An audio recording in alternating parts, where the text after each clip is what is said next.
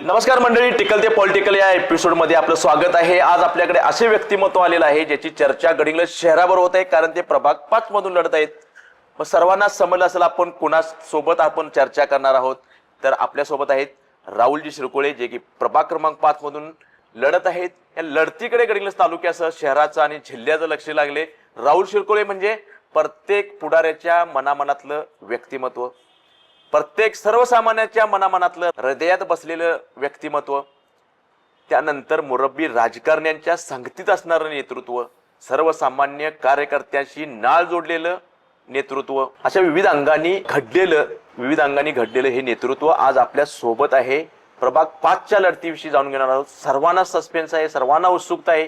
तर राहुलजी, आपल्या या मालिकेमध्ये स्वागत आहे। नमस्कार मोरे साहेब। खूप चर्चा आहे, सगळ्यांना उत्कंठा लागून राहिलेली आहे। प्रभाग 5ची गेली 15 दिवस प्रचार करताय, काय वातावरण आहे, नक्की काय होणार या निवडणुकीमध्ये, जनता काय करेल? प्रथम माझं दैवत आणि मी ज्या तालमीत तयार झालोय त्या महाराष्ट्राचे श्रावण बाळ आणि महाराष्ट्रातले एक आदरयुक्त नेतृत्व हसन मुश्रीफ साहेब यांच्या तालमीतला मी एक कार्यकर्ता आहे। आणि साहेब, मी कार्यकर्ताच राहणार। साहेबांनी माझी 5 मधून उमेदवारी डिक्लेअर केली आणि मी कामाला लागलो। साहेबांनी आदेश दिला, लढ, तिथं लढतोय। 15 दिवस साहेब मी बघतोय त्या प्रभागामध्ये कष्टकरी समाज आहे आणि उच्चभ्रू पण समाज आहे। उच्चभ्रू समाजाबरोबर कष्टकरी समाजाचं एवढे प्रॉब्लेम्स आहेत ते अख्ख्या माझ्या मते जिल्ह्यात नसतील साहेब। मी काय अतिशयोक्तीनं बोलत नाही। गडिंग्लज शहर हे काळभरीची पांढरी असेल, पण प्रभाग 5चा एवढा म्हणजे एवढं पाठीमागं का ठेवलं हेच काय कळत नाही साहेब। तिथं गटरी नाहीत साहेब, गटरीतली घाण काढली जात नाही आहे।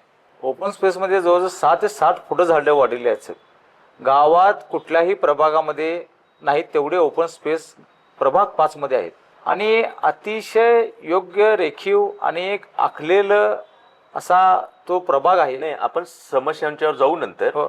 कसा प्रतिसाद मिळतो ते सांगा पहिली। नक्कीच इतिहास घडलेला आहे साहेब तिथं, नक्कीच इतिहास घडलेला आहे।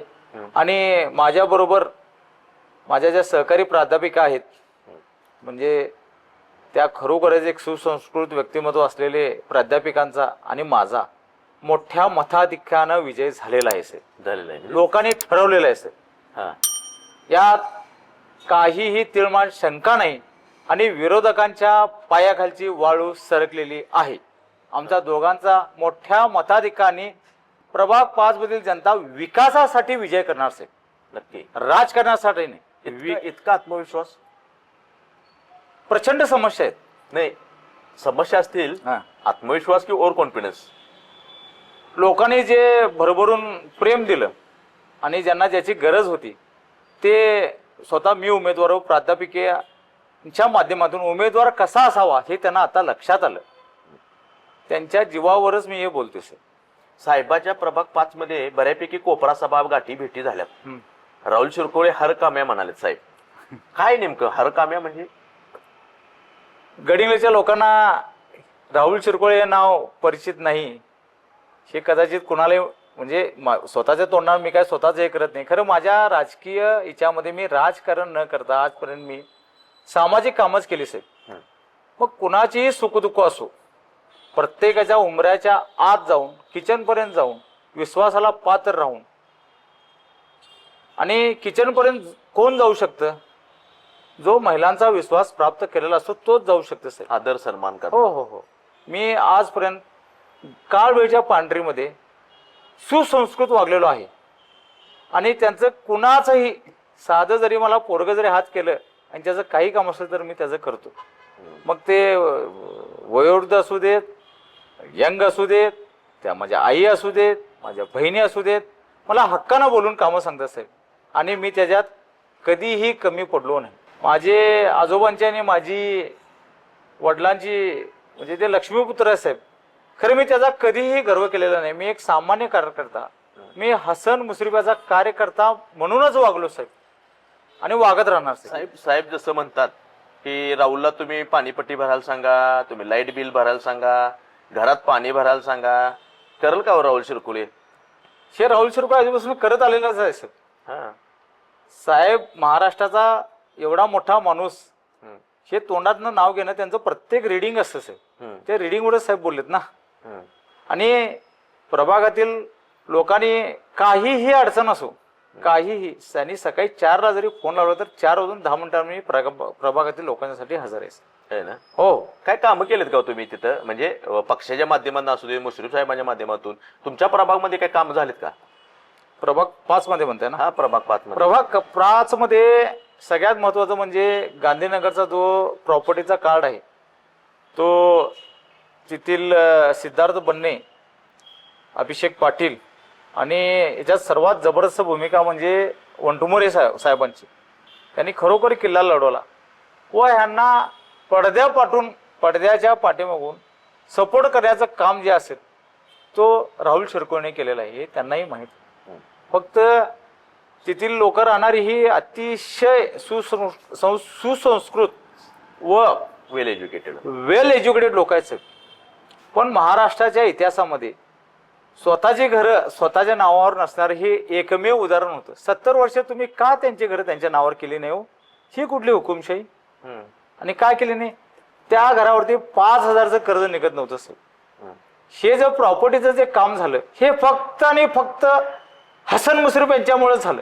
आणि त्यासाठी अजित वंटुमोरे असू देत, सिद्धार्थ बन्ने असू देत, अभिषेक पाटील असू देत, अनेक ते पाटील आहेत ते असू देत, दयानंद परीट असू, यांनी जो किल्ला डॉक्टर कोल्हापुरे आणि डॉक्टर पट्टण शेट्टी साहेब असू देत, यांनी जो किल्ला लढवला तो खरोखरच कौतुकास्पद आहे. अजून काय कामं केलेत? प्रॉपर्टी कार्ड सोडून काय फंड विकासाची कामं झाली तिथे? तिथं विकासाचा फंड आम्ही श्री गणपती मंदिरासाठी मी 25 लाखाचा निधी मागच्या वर्षी मंजूर केलेला.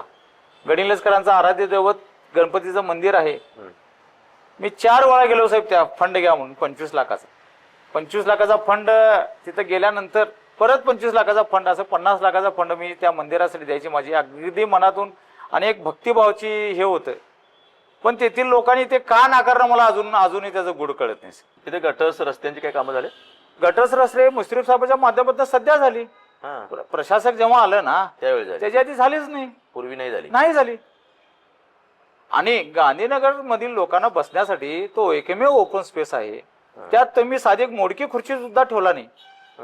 ती लोक जायची कुठं? गांधीनगरच्या मानानं पुण्या मुंबईच्या धर्तीवरचे हायटेक पार्क आहेत, तसा एक पार्क तरी पाहिजे होता ना, तो पण काय केला नाही. तुमचं व्हिजन आहे कोल्हापूर जिल्ह्यात सगळ्यात टॉपचं तिथं विरंगुळा पार्क होईल. आणि प्रभाग 5 मध्ये जे सगळे ओपन स्पेस आहेत ते अतिशय सुंदररित्या डेव्हलप केले जाते. आता काय वाटते तुम्हाला? आता फायनल गडिंग्लज मध्ये पहिला विकासाचा नारळ प्रभाग 5 मध्ये फुटणार आणि 10 कोटीचा निधी देणार म्हणून सांगितलेला आहे. प्रभाग 5 मध्ये? हो, कालच्या सभेमध्ये 10 कोटी 10 कोटी पहिल्या टप्प्यात बर